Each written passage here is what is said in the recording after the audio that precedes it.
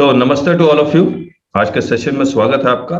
37th GST council meeting minutes की study कर रहे हैं और पैराग्राफ 4.13। आइए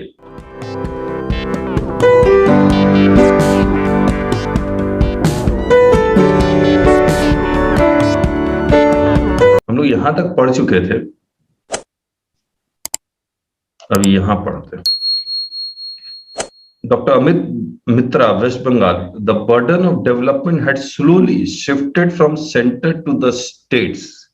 अगर बर्डन ऑफ डेवलपमेंट यानी कि जितने स्कीम्स चल रहे हैं वो अगर स्टेट चलाएगी तो स्टेट को पैसा चाहिए। For instance Sarva Shiksha Abhiyan, right to education, food security act, all these were introduced by center and then after a while it was left to the states for implementation. He stated that almost 60% of development work in the states were carried out by state finances. Therefore, one of the trends was that the states were being made more and more responsible for creation of social and physical infrastructure in their jurisdiction. The second trend was whether GST in its current condition was sufficient as a resource provider for the aforesaid obligations of the states. He invited reference to the reply given by Honorable MOS in the Parliament that approximately rupees 45,682 crore worth of GST evasion had been detected. बताइए। He further stated that on one hand we were looking for resources in GST, but the structure was unprepared that such large-scale frauds were happening around. Therefore, the GST revenues have turned out to be less than VAT for states, whereas contribution of cesses and surcharges to the union's revenue kitty as part of gross tax revenue had increased from about 6.3% in 9-10 to 12.24%. However, the cess and surcharge were not part of devolution package. Thus, we see trend that finances of states were getting squeezed. अभी ये कहना क्या चाह रहा है मैं आपको short form में बता देता हूँ। डेवलपमेंट अब कौन कर रहा है? स्टेट्स। लॉ पास कर रहा है सेंटर, लेकिन डेवलपमेंट का जिम्मेदारी स्टेट के पास है। अब स्टेट के पास अगर डेवलपमेंट की जिम्मेदारी है तो इनको पैसा चाहिए। पैसा कहां से आएगा? एक तो इनके पास पैसा कौन सा आता है? एसजीएसटी वाला आता है। दूसरा पैसा कौन सा आता है? स्टेट एक्साइज या स्टेट वैट जो alcoholic liquor for human consumption पे लगता है। तीसरा पैसा कहां से आता है? पेट्रोलियम प्रोडक्ट्स, पेट्रोल से आता है, वो भी स्टेट वैट आता है, एक्साइज नहीं आता है। और प्लस आईजीएसटी का अगर रिवर्सल है या आईजीएसटी B2C सेल है तो वो स्टेट के पास आता है। बाकी और कौन सा पैसा आता है? यूनियन के पास कौन कौन सा पैसा आता है आप समझिए। यूनियन के पास सीजीएसटी आता है, आईजीएसटी का रिवर्सल आता है या B2C सप्लाई आता है, सेंट्रल एक्साइज पेट्रोलियम का आता है। ठीक है। और इनकम टैक्स का पैसा आता है।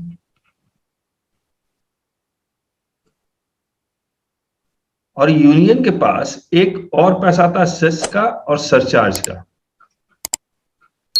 ये सेस और सरचार्ज इनकम टैक्स में लगता है या नहीं लगता? Hello,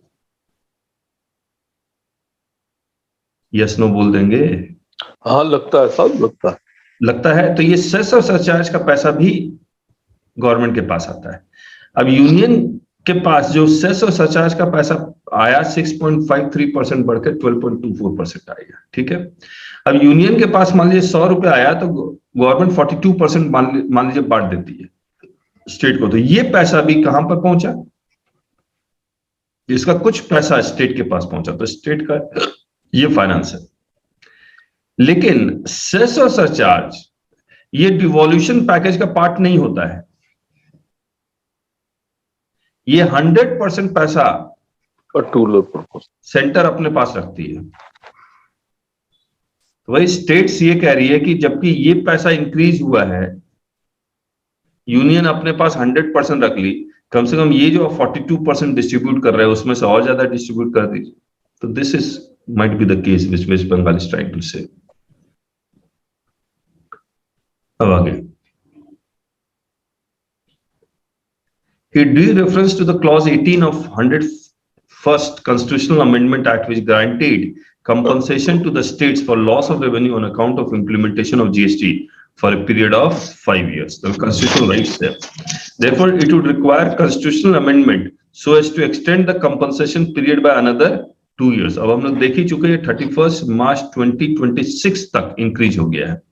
He observed that revenue shortfall seemed to have reduced in the year 18-19 vis-a-vis 17 and 18. He further stated that the average monthly collection under GST for 25 months was about 96,000 crore, with a standard deviation of about 6.85%, which was within tolerable limits. आज के date में पिछले 3 महीने से revenue का GST का collection total कितना हो रहा है?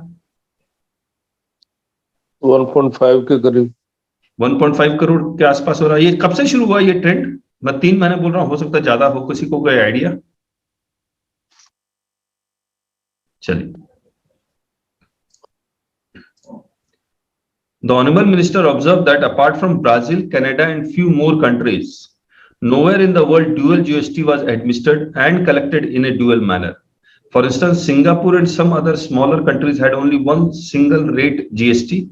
The European Union also had tax rates between 15% and 29%. Therefore, it might not be possible to have a single rate under GST even in India. He further stated, except 1 or 2 countries, nowhere in the world invoice matching was carried out. Single rate समझते हैं आप? मैं बता देता हूं single rate का मतलब. आज के डेट में इनवॉइस वैल्यू मान लीजिए 100 है तो सी और एस दोनों लगाया जा रहा है जी. सिंगल रेट में क्या होगा? सिर्फ एक रेट लगेगा. मान लीजिए एनआर लग गया, नेशनल रेट 18%. अब ये एनआर जो 18% वो रखेगा कौन अगर सिंगल रेट लग जाता है? तो सेंटर. फिर सेंटर डिस्ट्रीब्यूट करेगा स्टेट्स में. ठीक बात है. अगर सेंटर स्टेट्स में डिस्ट्रीब्यूट करेगा तो कैसे डिस्ट्रीब्यूट करेगा? आज ड्यूअल रेट के कारण स्टेट को कंजम्पशन बेसिस पर टैक्स मिल जाता है, लेकिन अगर नेशनल रेट हो, सिंगल रेट हो, यूनिफॉर्म रेट हो ऑल ओवर इंडिया, तो सेंटर के पास 18% आया तो हर एक स्टेट को कितना परसेंट देगा? कैसे डिस्ट्रीब्यूट होगा? उसका पैमाना क्या होगा?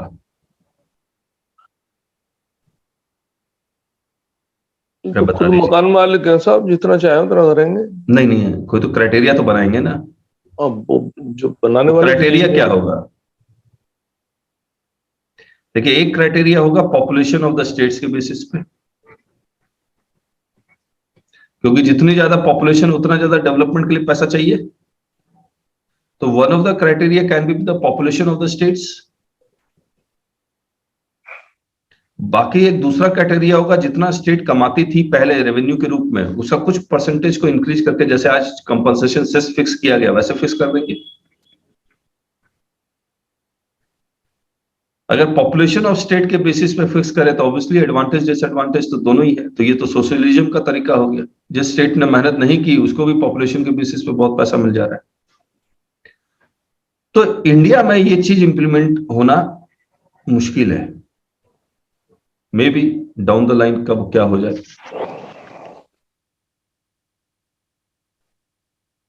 He added that GST was giving monthly revenue of about 1 lakh crore. ये 1 लाख करोड़ होना चाहिए. 1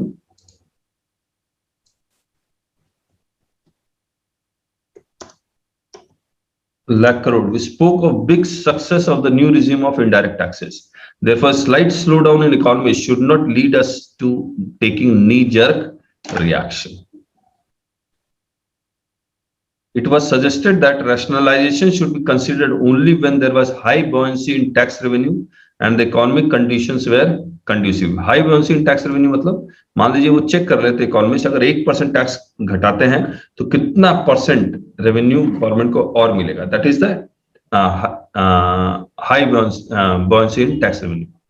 Tamil Nadu was in principle strongly opposed to bringing petroleum products and electricity under the scope of levy of GST as an issue of state's fiscal economy. आज के date में मुझे बता दीजिए कौन कौन से ट्रांजेक्शन्स जीएसटी के बाहर है। एक तो है पेट्रोलियम प्रोडक्ट्स, दूसरा टोबैको प्रोडक्ट टोबैको पे जीएसटी लगता है। लगता है, हाँ लगता है। Alcoholic liquor for human consumption और इलेक्ट्रिसिटी यहां लिखा ही हुआ है, और लैंड एंड बिल्डिंग जिसका कंस्ट्रक्शन कंप्लीट हो चुका है, अंडर कंस्ट्रक्शन बिल्डिंग नहीं। अब देखिए क्या हो रहा है। पेट्रोलियम का आज नहीं तो कल चांस है कि ये जीएसटी में आ जाएगा। ठीक बात है, क्योंकि सेक्शन 9 सबसेक्शन 2 में ये लिखा हुआ भी है कि आज बाहर है, कल आ जाएगा।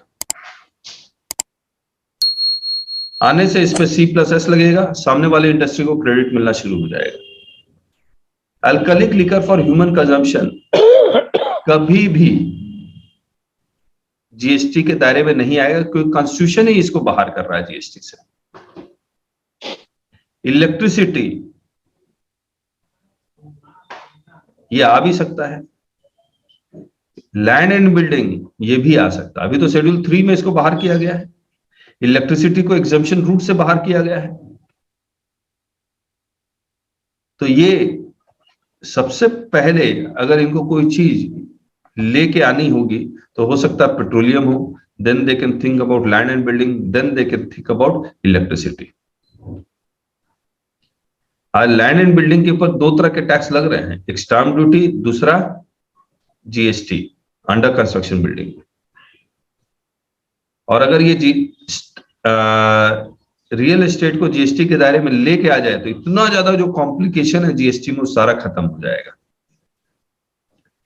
It was stated that one of the reasons for the persistent shortfall in GST revenue could be due to repeated reduction in the rates of tax made by the council in the past 2 years since the rollout of GST. Sri Madan Kaushik, the Honorable Minister from Uttarakhand, stated that at the time of its formation, the state government, Uttarakhand की कहानी देखिए, the state government got about 233 crore from Uttar Pradesh. He informed that on the advice of the then Prime Minister Sri A.B. Vajpayee, the state worked to attract industries to Uttarakhand, which led to a huge increase in its own tax revenue at the rate of 17% to 18% every year. When GST came, these industries did not have an incentive to remain in Uttarakhand, and there had been loss of tax revenue. Therefore, there was a need to extend the compensation to states beyond 5 years.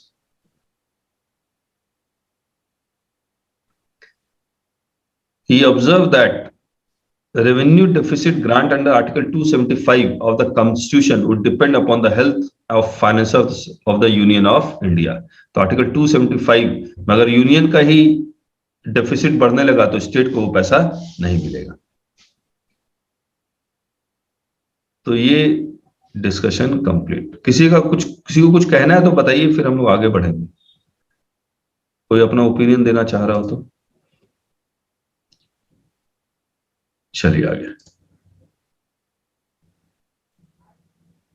Exemption to small taxpayers from filing of annual return.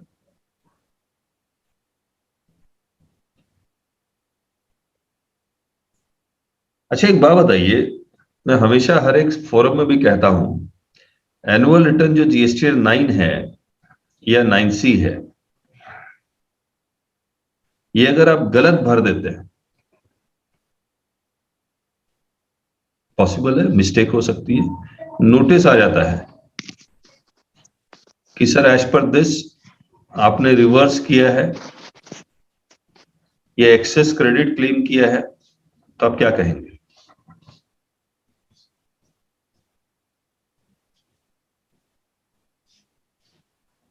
अरे बताइए।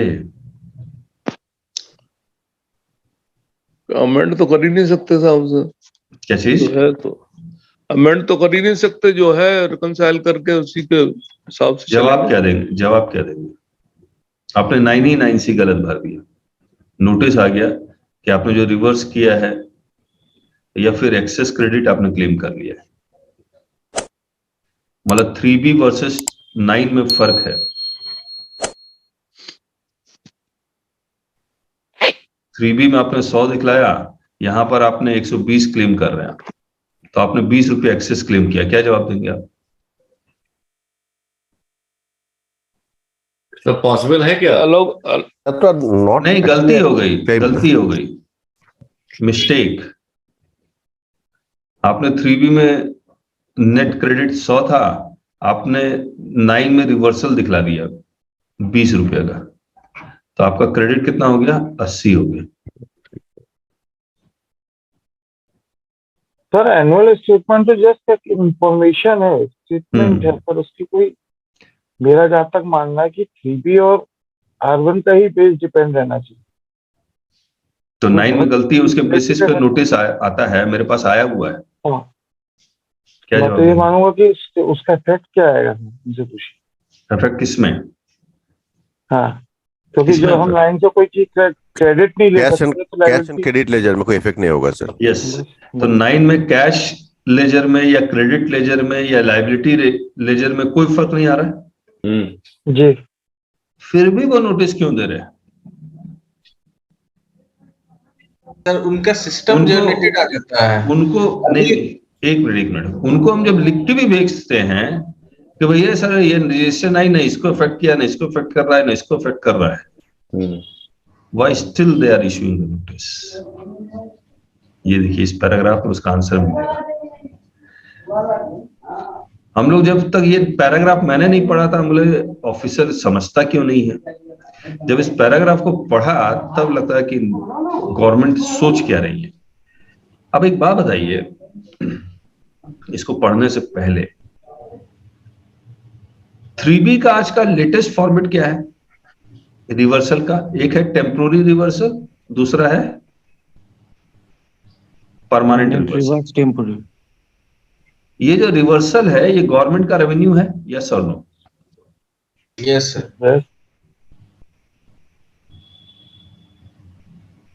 Permanent reversal government का revenue है, temporary reversal तो आप reclaim कर लेंगे, जी, हाँ या ना? जहां तक CS और S का सवाल है, C सेंटर का पैसा कंफर्म है, S स्टेट का पैसा कंफर्म है, ठीक है, अनटिल अनलेस इसमें रिवर्सल ना हो, यस और नो? जी, लेकिन जो IGST का पैसा है वो मंथ एंड में इसको सेटल होना है। स्टेट गवर्नमेंट कहती है मंथ एंड सेटलमेंट कर दीजिए इसका। ये जो मंथ एंड सेटलमेंट है कौन करता है? कौन करता है? GSTN करता है, यानी कि GST पोर्टल ही कहता है। और GST पोर्टल कैसे करता है? जो हम लोग रिटर्न फाइल कर रहे हैं, 1 फाइल कर रहे हैं, 3B फाइल कर रहे हैं या एनुअल रिटर्न फाइल कर रहे हैं, उसके बेसिस पे वो सेटलमेंट करता है। अब आप सोचिए क्या हुआ है आज, ये जो 3B का जो नया फॉर्मेट आया है उससे पहले लोग करते क्या थे?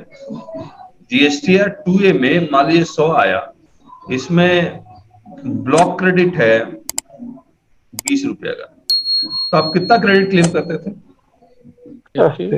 80 क्लेम करते थे। अब नए फॉर्मेट के अकॉर्डिंग कितना क्लेम कर रहे हैं आप? 100 क्लेम कर रहे हैं 120 और परमानेंट रिवर्सल में 20 माइनस कर रहे हैं। Yes yes. जी, अब गवर्नमेंट को अच्छी तरह से पता है कि 100 2A में या 2B में आया, 20 रुपया परमानेंट रिवर्सल है, ये तो अब हमारा रेवेन्यू हो ही गया है, ठीक बात। इससे पहले, लेकिन इससे पहले अगर आपने 80 क्लेम किया तो गवर्नमेंट इज इन डाउट, ये 20 रुपया बाद में क्लेम कर लेंगे क्या? पॉसिबल है या नहीं? गवर्नमेंट को पता ही नहीं है इस 20 रुपए का क्या है, ये टेम्पोररी रिवर्सल है, परमानेंट रिवर्सल, आपने तो लिया ही नहीं, आपने इसके बारे में कुछ नहीं कहा है। समझ में आ रहा है आपको? यस। तो गवर्नमेंट इस पैसे को सेटल कर ही नहीं पाती थी, तो गवर्नमेंट अब इसको कैसे सेटल कर रही है? एनुअल रिटर्न के बेसिस पे। एनुअल रिटर्न से गवर्नमेंट को कुछ आइडिया लगेगा, कंप्लीट आइडिया फिर भी नहीं लगेगा। अब पढ़िए इसको, पैराग्राफ हम लोग पढ़ते हैं। These taxpayers were mostly traders and he opined that there would be no oblique less reversal. He stated it would have minuscule effect on settlement. अब देख लीजिए इसका मतलब।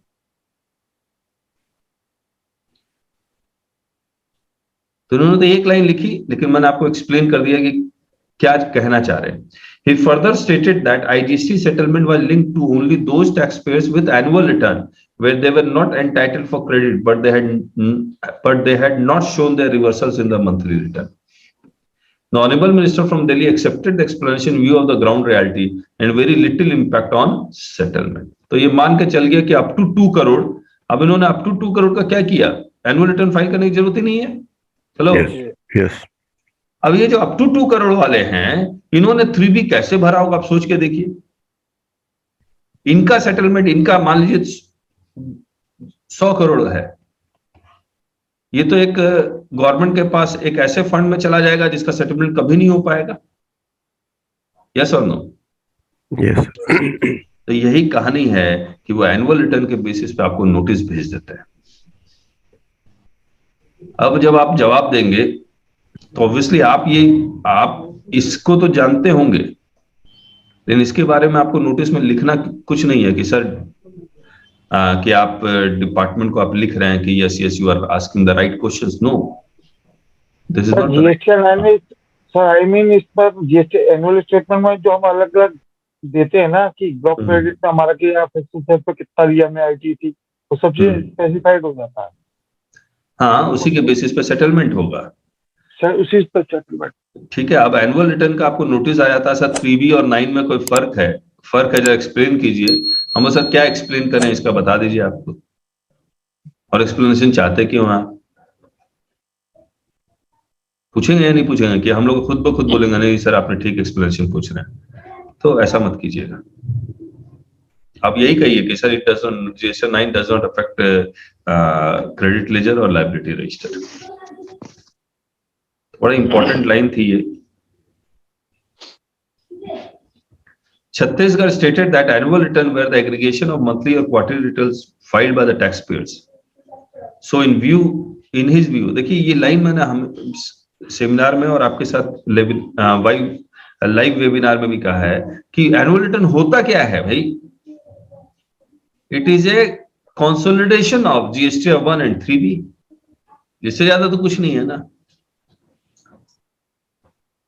So in his view, it was only providing an opportunity to the taxpayers to correct/ explain any anomaly in the already filed returns.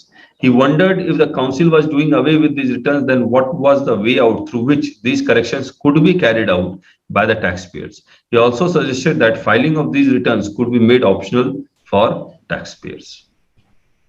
Annual return आने वाला समय में खत्म कर देंगे और वो एक नया कुछ लेके आएंगे, या खैर इसमें कहीं कोई डिस्कशन नहीं है एनुअल रिटर्न खत्म करने का, जहां पर ऑलरेडी फाइल्ड 1 और 3B को वो करेक्ट कर सके।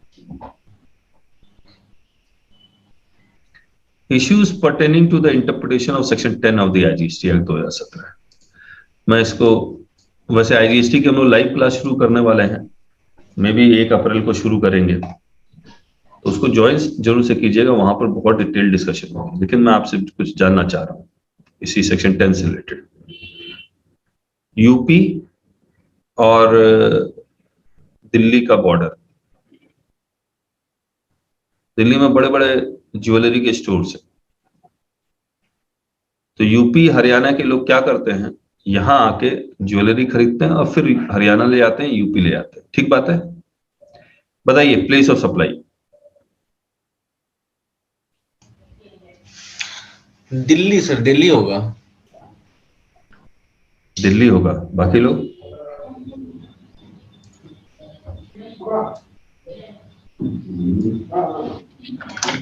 हाँ राकेश जी, B2C की बात कर रहे हैं, B2B की भी सर? मैं ना B2B ना B2C, आपको बताना है। दिल्ली के ही होगा सब। C+S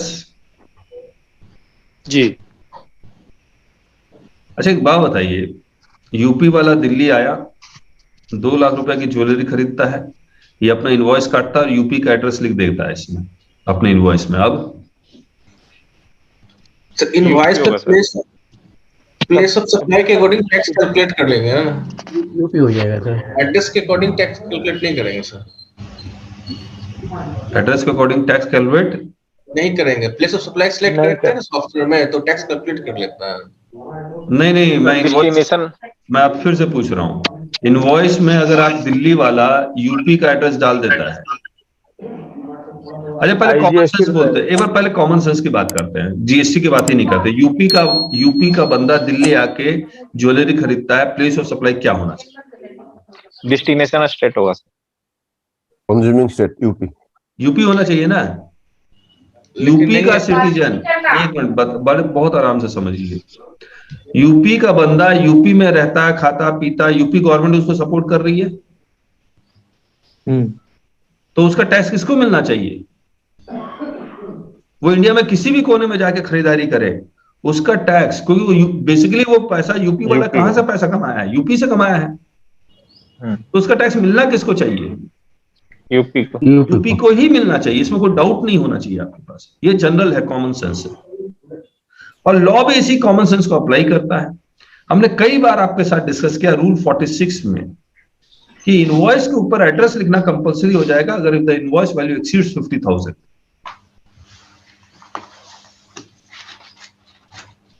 तो जैसे ही इनवॉइस के ऊपर लिख देता है उसका एड्रेस यूपी का, तो आईजीएसटी ही लगाएगा, और अगर नहीं लिखता है तो C+S है, भले वो यूपी वाला यहां से यहां लेके जा रहा है। बिल्कुल।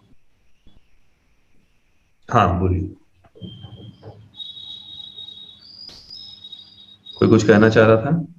नहीं सही है, सब ये कह रहे हैं। ठीक है, यही लॉ भी है और यही कॉमन सेंस भी है, और यही बात इन्होंने यहां लिखी हुई है, issues pertaining to the interpretation of section 10 of the IGST. और पूरे सेक्शन 10 को पूरा इंडिया किस तरह से इंटरप्रेट किया, आपने बहुत सारे यूट्यूब में वीडियो देखा। टर्मिनेट्स, जो वर्ड टर्मिनेट है उसको बोला कि जब यूपी वाला यूपी वाला दिल्ली में आके खरीदा और वहीं पर सप्लाई टर्मिनेट हो गया, उसी के दुकान में आके सप्लाई टर्मिनेट हो गया, भले एड्रेस यूपी का हो तो भी C+S लगाएगा, वो गलत है। हाँ, काउंटर सेल, तो ये ओटीसी, तो काउंटर सेल में भी आईजीएसटी लग सकता है, एड्रेस देखेंगे ऑफ इनवॉइस में। ठीक है जी जी।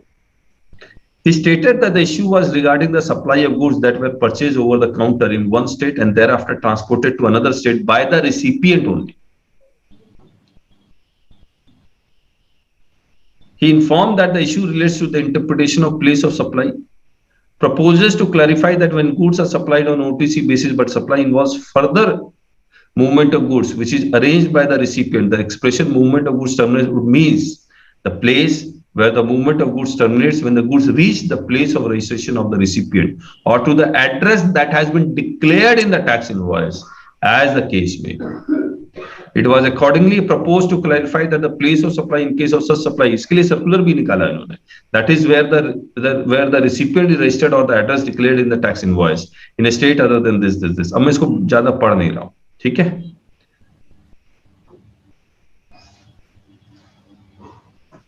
और फिर लॉ कमिटी में चला गया ये, आइए यहां restrictions in availing input tax credit in respect of outward supply not furnished under section 37 of the CGST Act 2017। मुझे एक बात बताइए आप, सप्लायर रिसिपिएंट, सप्लायर अपना 1 फाइल करेगा, रिसिपिएंट को उसका 2A या 2B में नजर आएगा। सप्लायर को अपना 1 कब तक फाइल कर लेना है? 10 तारीख तक, 11 and 13 नहीं, मान लीजिए 17-18 का है तो 30 सितंबर। हेलो, अच्छा हाँ सर, जी लास्ट मंथली नहीं, हाँ लास्ट 30 सितंबर। 30 सितंबर के बाद अगर वो 1 फाइल करता है तो क्या रिसिपिएंट को क्रेडिट मिलेगा? नहीं मिलेगा, नहीं तो मिलेगा। नवंबर हो गया ना, नहीं मिलेगा। ऐसे नोटिस भी आपको मिले होंगे। इसके बाद इन्होंने एक 36 सब रूल 4 लेके आए, जहां पर कहा कि हम 20% से ज्यादा क्रेडिट नहीं देंगे। इसको फिर 15% किया, नहीं 10 किया, फिर 5 किया, अब तो 100 ही है। तो जो 20% एक्स्ट्रा क्रेडिट लेने के लिए दे रहे थे आपको, this credit you are availing on provisional basis. ठीक बात है जी हाँ। सेक्शन 41 में लिखा हुआ था 10% extra provisional basis, 5% extra provisional basis. अब तो 100% ही लेना है, जीरो मतलब कोई भी एक्स्ट्रा नहीं ले सकते, तो प्रोविजनल वर्ड ही सेक्शन 41 से हटा दिया गया। अब ये रूल 36 सब रूल 4 जो लेके आए उसका डिस्कशन चल रहा है, वो पढ़ लेते हैं आपके साथ।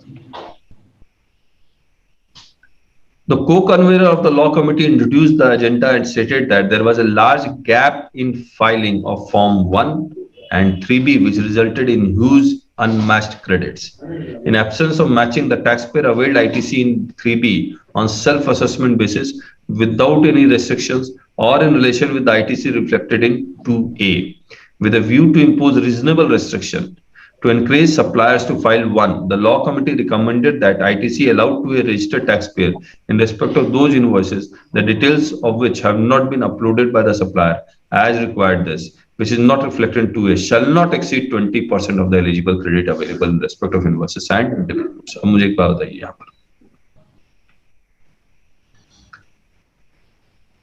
एक रिसिपिएंट है, उसके पास परचेज इनवॉइस 10 है और हर एक में क्रेडिट आ रहा है 10 10 10, तो टोटल क्रेडिट वो कितना अवेल कर सकता है एज पर परचेज इनवॉइस?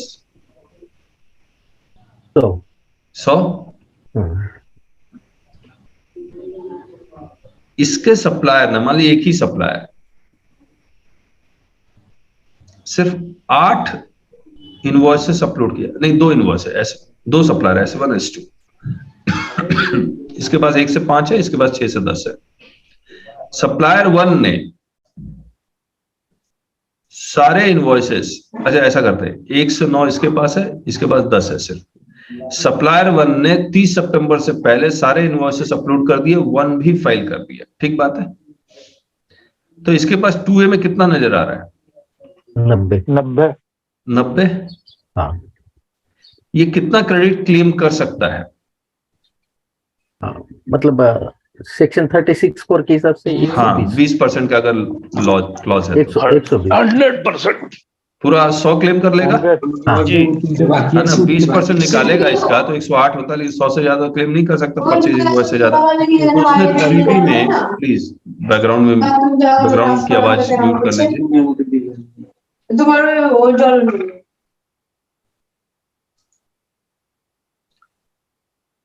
तो 3B में कितना?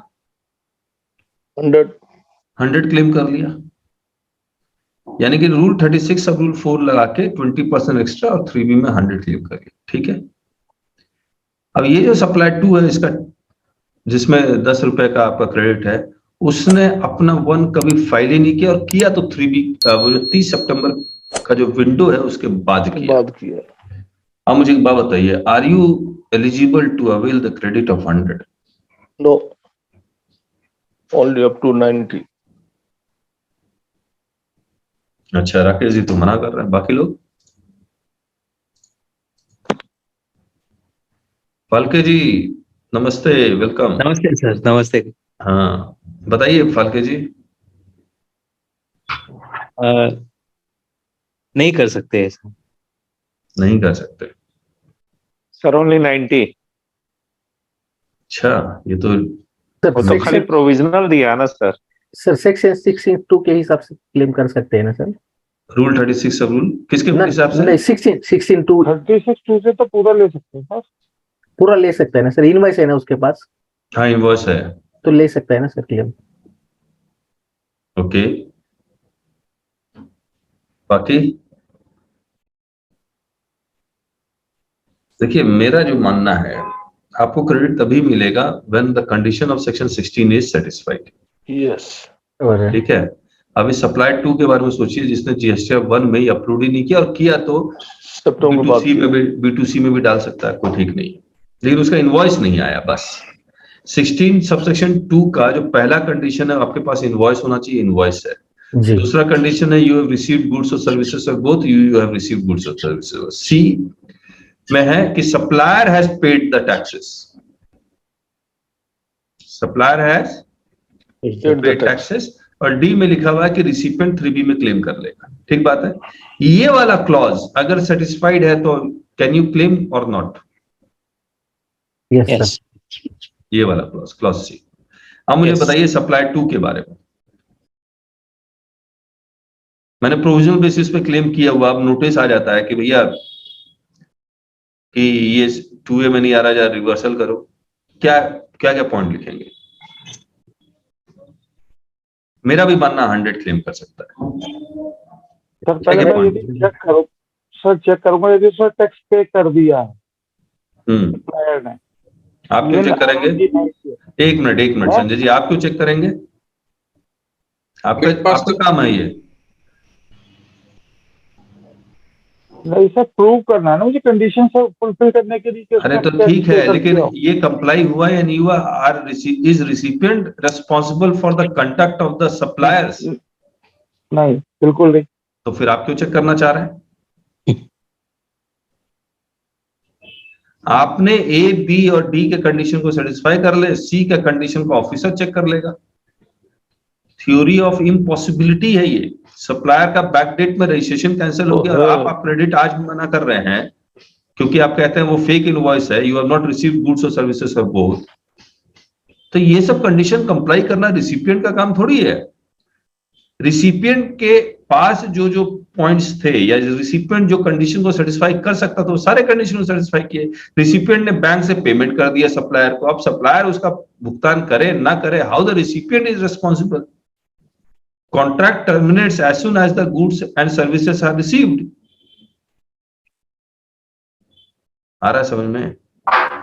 ये बात सेंटर को भी पता था, इसीलिए 17, 18, 18, 19 में एक सर्कुलर लेके आ गए। जो काम रिसिपिएंट को नहीं करना चाहिए था वो काम रिसिपिएंट से करवा रहा है कि सप्लायर से सर्टिफिकेट लेके आ जाओ चार्टर्ड अकाउंटेंट या कॉस्ट अकाउंटेंट की। खैर इन एनी केस, तो ये तो मेरा, हमने ये हर जगह कहा भी है कि this circular is not in favor of the recipient. मतलब the circular में as soon as you comply with the circular, it means that you are admitting that you compliance होना था, you are admitting कि supplier आपके control में है। तो these are the things. Now अब इस केस में to conclude कि you are 100% eligible to claim credit of 100। ठीक है, इसमें अब किसी को कुछ कहना है तो बताइए, नहीं तो बहुत कुछ कहा और है पॉइंट ऐड करने के लिए, but we are discussing minutes. हाँ निमेश, राजन जी, मनीष जी, राकेश जी, बोलिए। संजय जी, अजीत जी। आप करेक्ट है सर, आपका कहना सही है सर। होना तो यही चाहिए था। आफ्टर सितंबर भले ही रिटर्न फाइल किया है उसने, वो उसका काम है, सप्लायर का काम है, बिल्कुल सही बात है। कभी भी चेक नहीं कर पाएंगे सर हम लोग, कभी भी नहीं उसका। ठीक है, चलिए। तो आपको है ना फैक्ट्स के बेसिस पे देखना होगा सर्कुलर आपको कब अप्लाई करना है, कब नहीं करना है। या आपको सोचना होगा आपका क्लाइंट कैसा है, सप्लायर कैसा है, उसके बेसिस पे। सर ये वैट रिजिम में भी पहले भी था ना सर, अगर सप्लायर नहीं करता है तो वो भी हमें पे करना पड़ता है। बोनस सप्लायर नहीं पे करता तो रिसिपिएंट पे करेगा। हाँ, वैट में भी था वो। क्या बात कर रहे हैं? हाँ सर, हमने भरा था। अच्छा, और बाकी कर्नाटका में तो कह रहे था, बाकी स्टेट में ऐसा था क्या? तो ऐसा नहीं। बिहार में टैक्स इनवॉइस के बेसिस पे क्लेम होता था सर, मैचिंग नहीं होता था बिहार में कभी। सर वेस्ट बंगाल में था वैट के टाइम में, मैंने भी किए थे। अरे सुरेश चंद्र अग्रवाल वगैरह की तमाम रूलिंग आ गई। तो सप्लायर अगर पे नहीं करेगा तो रिसिपिएंट ही पे करेगा? नो। हाँ सर, ना ओनली टैक्स इनवॉइस पे हम लोग को आईटीसी मिल जाता था सर। लेकिन कह रहे हैं वेस्ट बंगाल में करना पड़ता था, कर्नाटका में करना पड़ता था। नहीं सर, हम बोल रहे हैं कि वेस्ट बंगाल में क्या था, जो मेरे पास इनवॉइस, वो जो एक पार्ट था ना एनेक्सर 1 और एनेक्सर 2 करके जो पार्ट था, हाँ। उधर नहीं दिखाने थे। जब सप्लायर ने नहीं दिखाया है तो क्या हुआ, हम लोग उसका जो प्रॉपर इनवॉइस और बैंक थ्रू पेमेंट करते थे, तो वो हमको आईटी इनपुट का अलाउ करते थे। अच्छा, वही बस। चलिए ठीक है।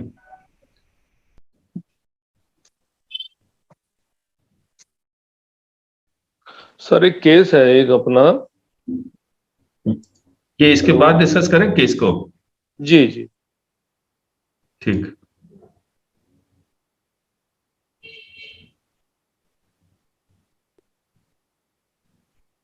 ये पढ़ लेते हैं। The co-convener of law committee introduced the agenda and stated that there was a large gaps in filing 1 and 3B, which resulted in huge unmatched credits.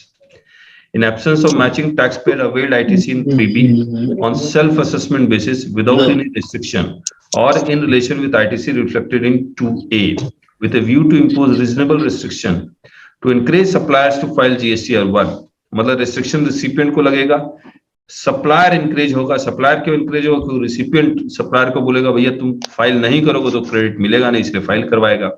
The law committee recommended that ITC allowed to a registered taxpayer in respect of those invoices, the details of which of this तो पढ़ लिया था. The advisor financial resources to the Chief Minister of Punjab wondered as to whether restriction imposed was supplier wise or on total credit available. So obviously total credit available. The co-convener law committee clarified that it was with respect to the total credit available and the wording would be changed accordingly. The additional Chief Secretary Haryana stated that credit may not be restricted and instead the existence of suppliers should be verified in a fixed time frame. Now this is the important thing. ये कह रहे हैं कि आज existence of supplier को आप 3 साल बाद 4 साल बाद वेरीफाई करेंगे.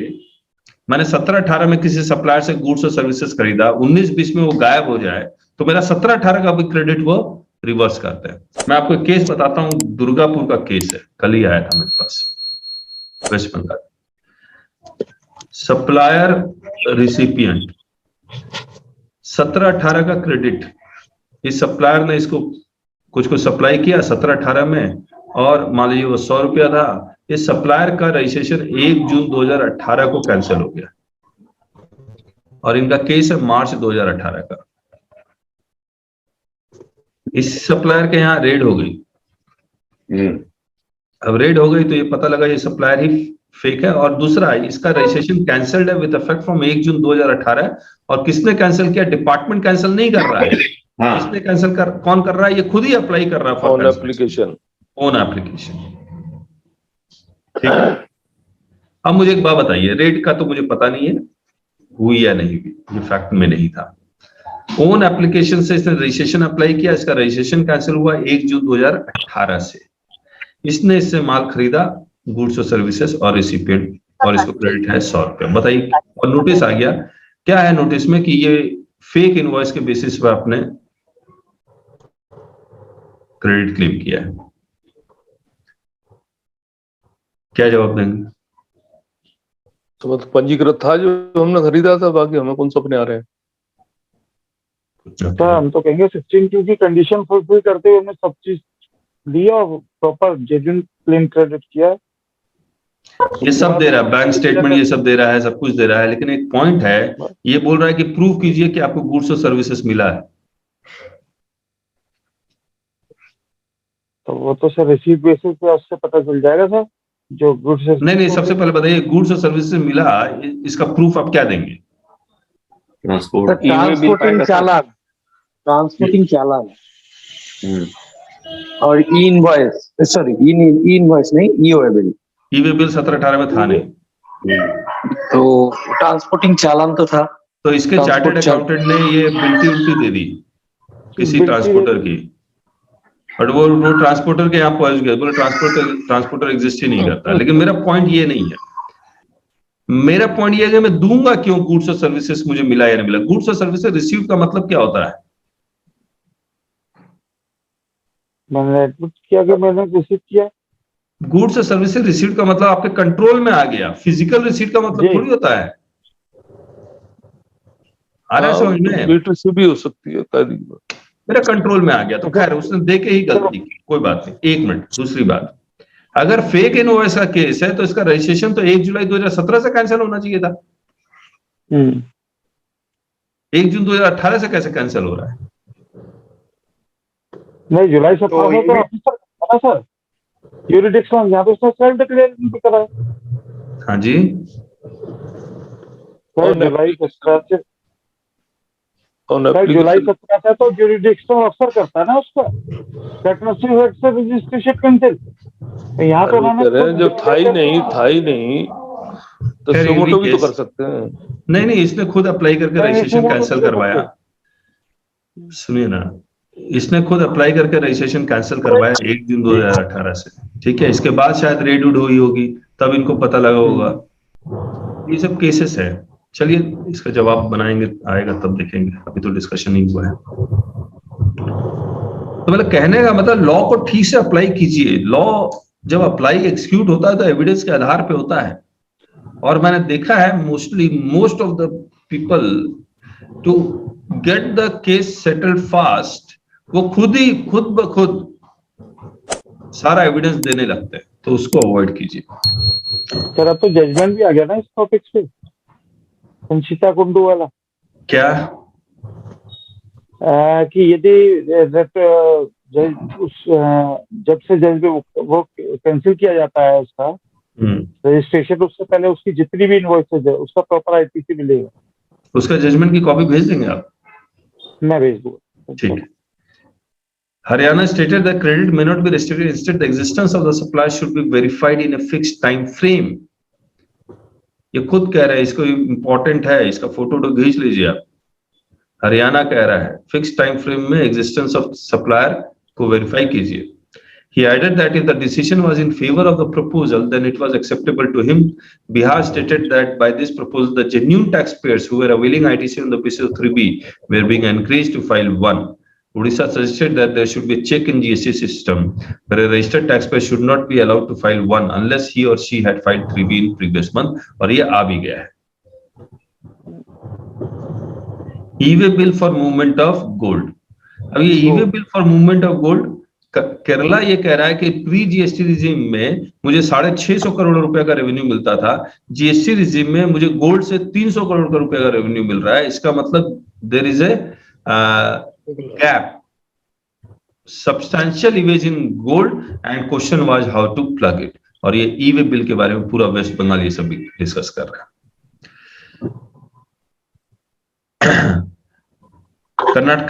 कर्नाटका में ये कह रहा है कि there was e-way bill for movement of gold exceeding 20,000। Confirm करेगा कोई?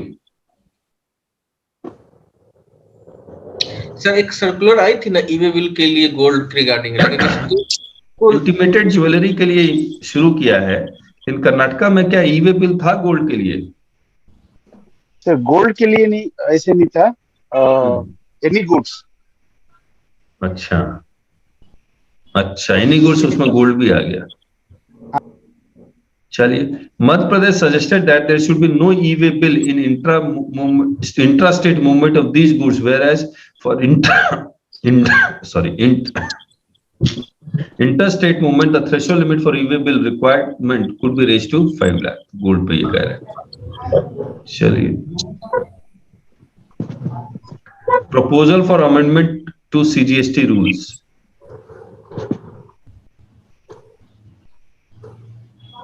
He stated that law committee's proposal was to regularize the intervening period in case where the cancellation got revoked, and also to get consolidated return filed for the entire period based on which tax could be collected।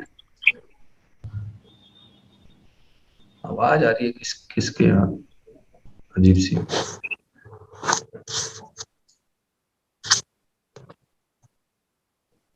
चलिए, and also to get consolidated return filed for the entire period based on which tax could be collected as it was not possible। अच्छा ये भी important है, मुझे एक बात बताइए, हमने डिस्कस किया हुआ है। अगर आपका रजिस्ट्रेशन सस्पेंड होता है इस पीरियड में, मान लीजिए 20 दिन के लिए रजिस्ट्रेशन सस्पेंड हो गया, इसके बाद सस्पेंशन रिवोक भी हो गया, तो सस्पेंशन जो रिवोक होता है यहां से रिवोक होता है या यहां से रिवोक होता है? सस्पेंशन नेक्स्ट डेट से होता है सर, जब अपना एप्लीकेशन करते हैं ऑफिसर, जब अप्रूव करता है वो डेट से सस्पेंशन जो रिवोक होता है। पोस्ट डेटेड नहीं, प्री डेटेड। हाँ, यहां से रिवोक होगा। अब देखिए, अब आपका सस्पेंशन है 20 दिन के लिए, यहां पर क्या आप इनवॉइस काट सकते हैं? क्या आपको क्रेडिट मिलेगा? कर सकते हैं, बट उसको रिवाइज करना पड़ेगा 30 दिन के अंदर, है ना सर? कर सकते हैं, बट उसको 30 दिन के अंदर फिर से ये करना पड़ेगा। सारा काम कर सकते हैं, सस्पेंशन में कर सकता है सर, सारा काम कर सकते हैं। ऑल्दो लॉ में कुछ ऐसी वर्डिंग लिखी हुई है कि ऐसा लगता नहीं कर सकते, और ये यहाँ बोल भी रहे हैं। देखिए, He Did not stated that charge law committee's proposal was to regularize the intervening period in case where the cancellation got revoked, and also to get consolidation return filed for the entire period based on which tax could be collected, as it was not possible to stop the taxpayers from carrying on his or her business during the period of suspension of his or her registration. ये खुद मान रहे कि रोक नहीं सकते. Therefore, it was recommended to insert an explanation so as to ensure that the registered person did not issue a tax invoice and did not charge tax on supplies made by him during the period of suspension of registration. देख रहे हैं, ये कह रहे हैं कि invoice नहीं काट सकता, लेकिन मेरा मानना है कि इनवॉइस आप काटा जा सकता है. तो ये कह तो कुछ और ही रहे.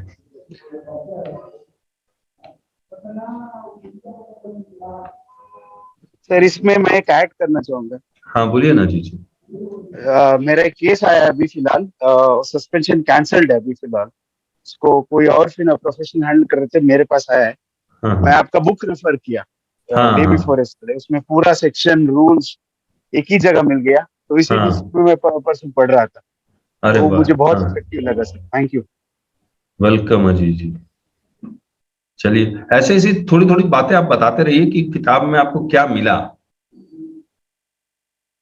मुझे एक ही जगह में पूरा वो सेक्शन रूल्स पूरा एक ही जगह मिल गया. मुझे वो 2-3 पेज में पूरा मेरा इंफॉर्मेशन मिल गया.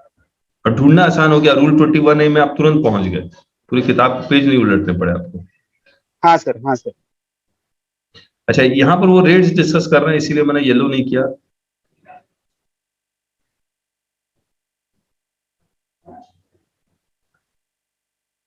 अच्छा देखिए, ये बहुत, मुझे एक बात बताइए, लैंड के ऊपर जीएसटी लगना चाहिए? सेल ऑफ लैंड के ऊपर? नो नो नो ना सर, लगना चाहिए सर. अरे शेड्यूल 3 में नो सप्लाई है. हाँ, लगना चाहिए वाली बात हो रही है, चाहिए कि नहीं चाहिए वो बात हो रही है. लगता नहीं है वो ठीक है. हाँ मगर जीएसटी बताइए आप तो अपना एक कानून लिख देंगे फिर.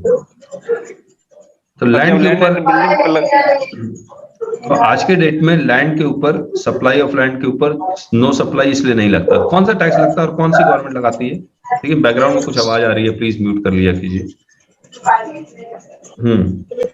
कौन? तो स्टैम्प ड्यूटी लगती है और स्टैम्प ड्यूटी लगती है एज पर स्टेट लगाती है. अब रुकी, अगर आपने लैंड को रेंट पे दिया तो जीएसटी लगेगा? यस लगेगा. As a supply of goods या supply of services? Supply of services. Stamp duty लगेगी? नहीं. लग भी सकता नहीं भी. रजिस्टर्ड अगर करवाएंगे, अगर लैंड एग्रीमेंट रजिस्टर करवाएंगे तब लगेगा. नहीं भी रजिस्टर कराएंगे तो भी लगेगा वो तो स्टैम्प ड्यूटी. नहीं रुकिए कमलेश जी, वो आप कहीं और चले गए. आप एक मिनट कमलेश जी, आप रजिस्ट्रेशन फीस को आप स्टैम्प ड्यूटी का नाम दे रहे हैं. अच्छा प्लीज. हाँ, तो rent of land, supply of services, no stamp duty. अब आप समझिए इस चीज को. लेकिन अगर मैंने ये लैंड को 30 साल के लिए किराए पे दिया, 30 इयर्स लीज, अब स्टैम्प ड्यूटी लगेगा? जीएसटी? नो, इससे सर्विस पे लगेगा, तब रेंट पे लगेगा. मतलब एक ऐसा केस आ गया जहां पर स्टैम्प ड्यूटी प्लस जीएसटी, मतलब स्टेट गवर्नमेंट कह रहा है कि 30 years lease will be treated as sale of land, और शेड्यूल 3 कह रहा है कि sale of land is not subjected to GST. Problem समझ में आ गया आपको? दोनों बात हो गई. समझ में आ गया? लीज सेल कैसे हो सकता है? नहीं, ओहो, लीज सेल नहीं होता. लीज को सेल मानते हैं डीम्ड. ये कारो वगैरह में क्या होता है कि 90 इयर्स लीज होता है. हाँ, वो सेल मानते हैं. इस पर स्टैम्प ड्यूटी लगता है नहीं लगता है? 99 इयर्स लीज के ऊपर एक पीरियड दिया हुआ उन्होंने कि इस पीरियड से ऊपर जाएगा तो लगेगा stamp duty. Both the Honorable Minister from West Bengal and Uttar Pradesh also supported the views of Punjab that leasing of land should not suffer levy of GST. आप देख लीजिए. The Honorable, क्यों, ये भी मैंने आपको बता दिया. West Bengal stated that there was 18% tax plus stamp duty on registration of long lease, which was akin to sale of land. आप लॉन्ग टर्म लीज पे देंगे तो वो तो सेल ऑफ लैंड है.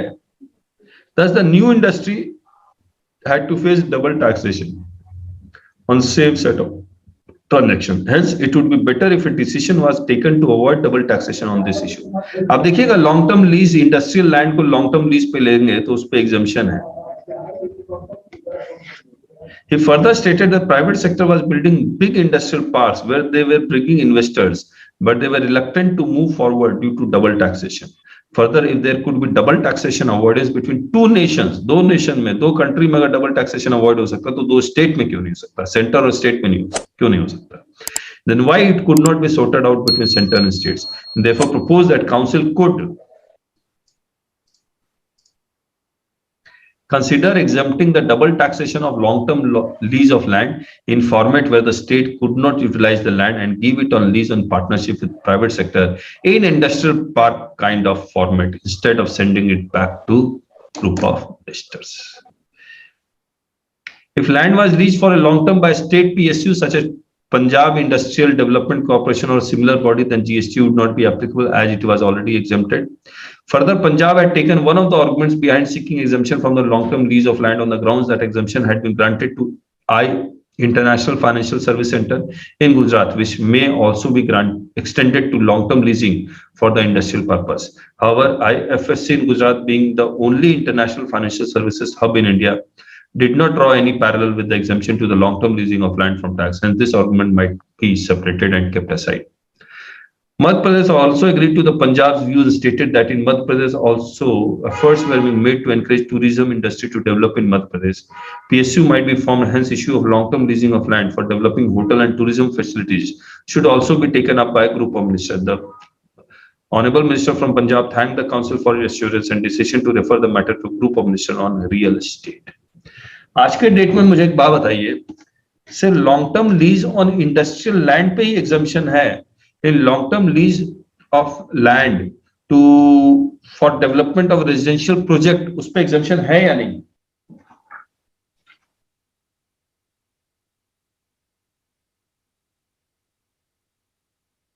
प्लीज बताइए.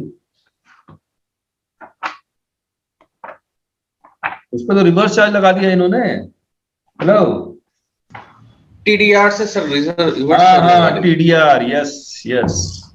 का सर यहाँ भूत चला हुआ है बिहार में, भूत. अरे अनिमेश का दर्द बाहर आ रहा है. 99% बिल्डर को भेज दिया है. मेरा केस में 2008 का पार्टी का जीडीआर है, उसको भी बोलता है कि सर हम पढ़े थे 2010 के पुराना के जीडीआर में टीडीआर देना नहीं है किसी को.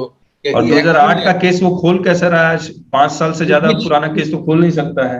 नहीं सर, जीडीए 2008 का है उस पार्टी का, बिल्डिंग कंप्लीशन बाद में हुई है उसकी.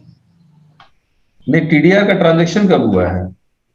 वो तो हुआ ही नहीं क्योंकि कुछ कंप्लीटेड इधर हुआ है उसका फ्लैट. तो पोसेशन कब मिला लैंड का? ये जीएसटी पीरियड में. लेकिन जीडीए 2008 का है सर, उसका 10 से पहले का है. किस केस इसमें कोर्ट का आया था कि 2008-10 से पहले का कोई भी GDA.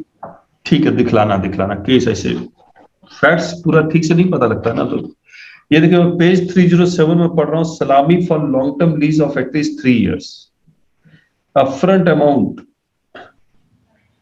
by way of granting long term lease of 30 years more of industrial plots or plots for development of infrastructure for financial business. ये दोनों को एग्जाम्प्ट किया गया है. सीरियल नंबर 43 IGST वाला. तो ये एक हो गया. लेकिन याद रखिएगा टीडीआर ये सब इंपॉर्टेंट है. तो यहीं तक कर रहे हैं आज. आपकी क्वेरी लेंगे अब. कल की क्वेरी अजीत जी की मुझे फिर उन्होंने पूछा, उन्होंने किया कैसे, वो भी डिस्कस करेंगे. आप फिर से बोलिए, कैसे पता लगा? I saw your videos on YouTube. So the kind of depth analysis which I saw, I could remember my time when I was studying for CA, preparing for CA. I could see you were analyzing line by line notifications, relating it to the section, how it affects, how you could challenge them, how they were even whether they were even correctly put it out or not. Sometimes when they were mentioning the reference of the section, whether that section draw that power or not to even notify those things. Okay. So that kind of analysis clicked for me, and even I watched few more videos which were quite helpful for me. Okay. Thank you so much, Lokesh ji. That's where I subscribed you, and I found really wonderful work you're doing for the community. Thank you. चलिए, thank you so much Lavkesh ji. Thank you sir, good to be associated. Thank you. हमारी एक community है, आप है ना WhatsApp कर देंगे हमारे इस नंबर पे, तो हम लोग एक कम्युनिटी में ज्वाइन कर देंगे आपको. I am being part of that one text by KK. हाँ. Okay, you are that part of that community. I just joined it day before yesterday, so that's where I came to know about this Zoom meeting. Okay. Thank you. Thank you so much, sir. Welcome. Rajan ji. हाँ. Sir बोले कि मेरा number शायद WhatsApp में, वो जो WhatsApp group बोल रहे हैं उसमें नहीं है शायद. नहीं तो आप मुझे, मैं भेज दूंगा आपको. ओके. राजन फाल्के जी.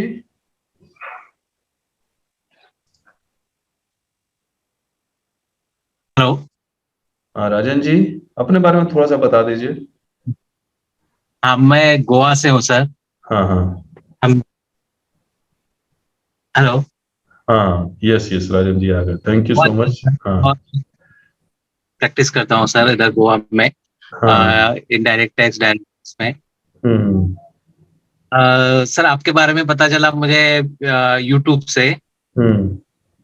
मैं देखता था सर पहले जीएसटी पहले आने से पहले और जीएसटी आने के बाद भी, और बहुत सारे जो स्पीकर वीडियो यूट्यूब पे वो मैं देखता था सर. लेकिन आपका भी मैंने बीच में ऐसे आपका भी आ गया एक बार, तो मैंने आपका भी देखा. बाद में रियलाइज किया कि जैसे आप पढ़ाते हैं वैसे कोई नहीं पढ़ा. Thank you. या सच में सर, क्योंकि मैंने बहुत सारे पहले देखे थे, बहुत सारे हम नाम है, तो आपके जैसा नहीं है सर. आप जो एक्सप्लेन करते हैं वो डायरेक्ट दिमाग में जाता है, समझता है, रियलिस्टिक आप. और आपके बारे में बताया था सर. गोवा में क्या होता है सर, सुबह गोवा में हम लोग मिले, उसके बारे में बोलिए. हाँ सर, हम मिले गोवा में. हमारा सेमिनार था सर यहाँ पे, हमारे all Goa tax practitioner association से आपको बुलाया था सर. बहुत अच्छा सर, आपको बहुत पसंद आया. और आपके ग्रुप में बहुत सारे ज्वाइन भी हो गए सर. ना बिल्कुल. हमारे भी ग्रुप में आपकी बात होती है, आपके जो वीडियोस होते हैं वो शेयर होते हैं सर यूट्यूब वाले. Thank you. बहुत अच्छा प्रेजेंट. डेली आते रहिएगा इसी तरह से. यस सर आऊंगे सर. चलिए, वो कोर्स लेने वाले थे, कोर्स लीजिए, सीखिए कुछ. हाँ कोर्स लेना है सर मुझे. ओके. Yes sir. चलिए, थैंक यू. और कोई नया तो नहीं है ना? चलिए, और किसी को कुछ कहना है, कोई क्वेरी और कोई थी? सर मेरी एक क्वेरी थी. हाँ संजय जी बोलिए. सर मेरी क्वेरी ये थी कि एक यही ई वे बिल पे थी, वो आसिन पे थी सर, कि मेरा डीलर एक्स यूपी से उसने परचेज करी और यूपी में ही दूसरी जगह डिलीवर करा दी. वो फिर से कहिए. सप्लायर, मैं रिसिपेंट हूँ. हाँ. मैंने सप्लायर से जो माल लिया वो डायरेक्टली सी अपनी पार्टी को डिलीवर करा दी. जो मैंने जहां सेल किया वो डायरेक्ट डिलीवर करा दी. सप्लायर ने सीधे मेरे जिसको मैंने बेचा उसके यहाँ सीधा डिलीवर कर दिया गुड्स. सप्लायर ने रिसिपेंट के यहाँ डिलीवर कर दिया? नहीं, रिसिपेंट मैं हूँ सर. ABC बना लीजिए सर. ए सप्लायर है मेरा. हाँ. बी में हूँ. अच्छा. बी में हूँ रिसिपेंट. हाँ. और सी जिसको मैंने सेल किया. अच्छा. तो बिलिंग मैंने कराई बट गुड्स डिलीवर करा दिया सी को. अच्छा. ठीक है. अब आता है कि जब जीटीए के लिए जो पे करेगा, जीटीए बिल्टी बन गई सी के नाम. ठीक सर. अब जीटीए के अंदर सॉरी बिल्टी उसने बनाई मेरे नाम, बी के नाम, बट गुड्स पहुंचा सी के पास. तो अब इसमें जीटीए कौन पे का क्लेम कौन लेगा? The person who is liable to pay to the GTA, आप देखिएगा लॉ पढ़िएगा, the person who is liable to pay. Sir वही मैं कर रही हूँ, सी कर रहा है पे, बट पोर्टल पर आ रहा है बी मेरे नाम। नहीं, हु इज लायबल टू पे, नो उसको छोड़ दीजिए, आप एक्चुअल क्या हो रहा है वो छोड़ दीजिए। कौन है who is the person liable to pay the freight? Liable to pay सी होना चाहिए। नहीं, फ्रेट चार्जेस कौन देगा? सी। तो सी करेगा जी रिवर्स चार्ज में पेमेंट जी। बट सर जब ये वो आ रहा है आरसीएम में मेरे पोर्टल पे बोल रहा है रिव्यू में, क्या चीज? लायबिलिटी तो मेरे यहाँ आ रही है ना बी में। क्यों आ रही है आपके यहाँ? क्योंकि उसने जब जिसने जीटीए सर्विसेज उसने बिलिंग मेरे बिल के हिसाब से मेरे नाम कर दी है। हाँ, तो कॉन्ट्रैक्ट किसके नाम पे था? बी के नाम पे था ना। हाँ, तो it means B was liable to pay but C has paid it. जी यही हुआ है ना, B was liable to pay but C has paid it. तो लॉ कहता है the person who is liable to pay that is B, therefore he will pay in RCM. तो मैं गुस्सो मैंने जहाँ रिसीव करेगा वही। नहीं, आप संजय जी देखिए, कॉम्प्लिकेट मत कीजिए जब कोई चीज आसान हो तो। The person who is liable to pay the freight है ना, who is liable to pay the freight बी, लेकिन आपने किससे पेमेंट करवा दिया? सी से पेमेंट करवा दिया, ये अलग ट्रांजैक्शन बन जाएगा फिर। ठीक है, चलिए ठीक है। और कोई इश्यू?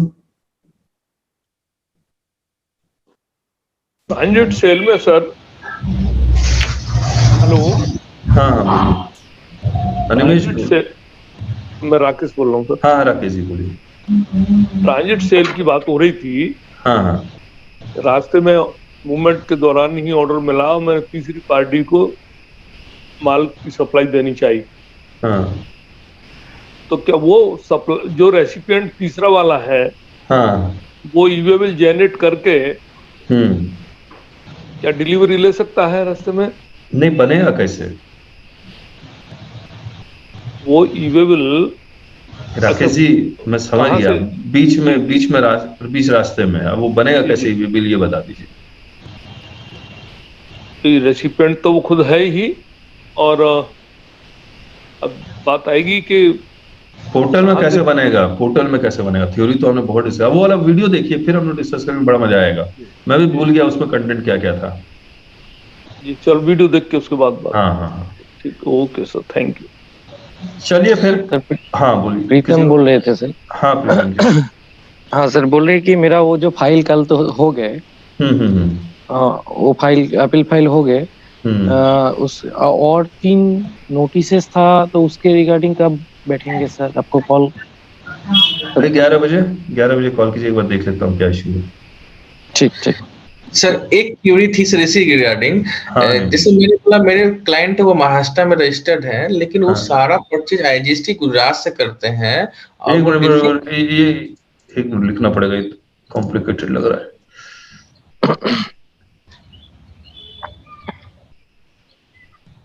क्लाइंट कहाँ का? महाराष्ट्र का है, और गुजरात से सारा उनका वो बिल टू शिप टू होता है। वो पॉलीपेट एक दाना होता है ग्रेन्स, जिनसे बोतल बनते हैं, तो वो इंडस्ट्री को जाती है फैक्ट्री में, डिफरेंट इंडिया के इंडिया के किसी भी कोने में जा सकती है। वो असम में भेज देते हैं, बिहार चला जाता है, वो महाराष्ट्र माल जाती ही नहीं कभी।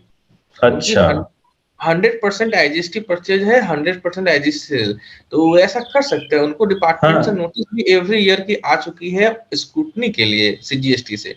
हाँ, तो उससे क्या फर्क पड़ता है? नहीं तो ये सप्लाई कर सकते हैं वो। हाँ, क्यों नहीं कर सकता? महाराष्ट्र में तो सर कोई टैक्स दे नहीं रहा वो। तो क्या हुआ, उससे कोई फर्क पड़ रहा है क्या? जो हमारी जो शॉप है, हमने रजिस्ट्रेशन लिया है मोर प्रॉपर्टी, वो तो हमने महाराष्ट्र में ले लिया। तो क्या दिक्कत है अनिमेश? कौन सा लॉ का वॉयलेशन हो रहा है, जरा ये बता दो हमको फिर। अच्छा, मैं कभी सेपरेट सर आपको कॉल करूंगा। किसी ने हमें जो सीए थे, उन्होंने हमको इसके लिए बहुत सा कुछ सिखाने लगे हमको। बोले कि इनपुट सर्विस डिस्ट्रीब्यूटर होगा, ये होगा, ऐसे होना चाहिए, वैसे होना चाहिए। अच्छा, हमको दिखलाओ पूरा फैक्ट्स बताओ, फिर पता लगेगा। हम लोग फिर सर कभी डिस्कस करेंगे। जितना बताया है उसके अकॉर्डिंग कोई दिक्कत नहीं। हाँ, क्योंकि इसमें इनको 5 साल का नोटिस आया हुआ है, और उनका शक है ना डिपार्टमेंट का कि फेक इनवॉइस कंपनी है, उनका शक है। दो शक के आधार पर लॉ नहीं चलता है, एविडेंस के आधार पर चलता है। ठीक है सर। Okay thank you. चलिए कल मिले।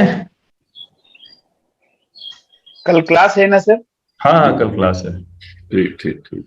और बाकियों को भी ज्वाइन करवाइए और मतलब कम्युनिटी को थोड़ा बढ़ाएं। चलिए बाय बाय।